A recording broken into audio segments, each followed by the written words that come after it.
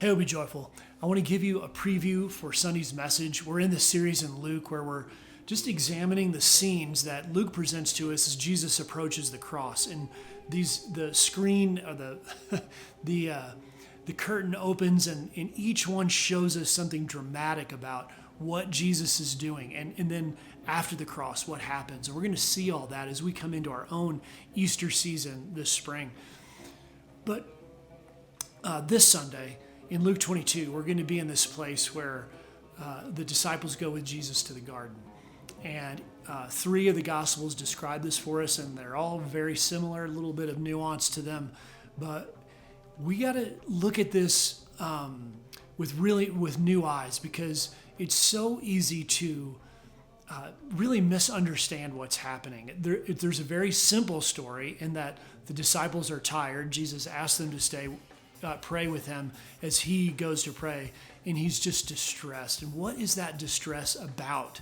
It's hard for us to get in touch with that. Why does he come back and ask them or propose to them that they got to pray so that they don't fall into temptation? All these things are happening. They're a little bit tough to understand. But this is a moment, and we'll talk about this more thoroughly on Sunday, where God reveals something to Jesus that though he knew it was coming, becomes very poignant, like a fire that you knew you were going to get burned by, but you didn't feel the heat until you got really close. And the thing is, what is it that makes Jesus come to the point of saying, Lord, let this cup pass from me? How could he get to such a point? It must have been significant, and we need to dive into that and understand. Why didn't God show him that on the cross? Why did he show it to him in advance, a day before?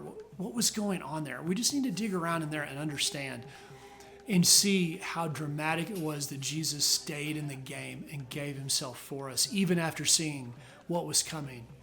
Anyway, that's where we're going to go. Looking forward to talking about it with you. Check it out, and we'll see you Sunday. All right, bye-bye.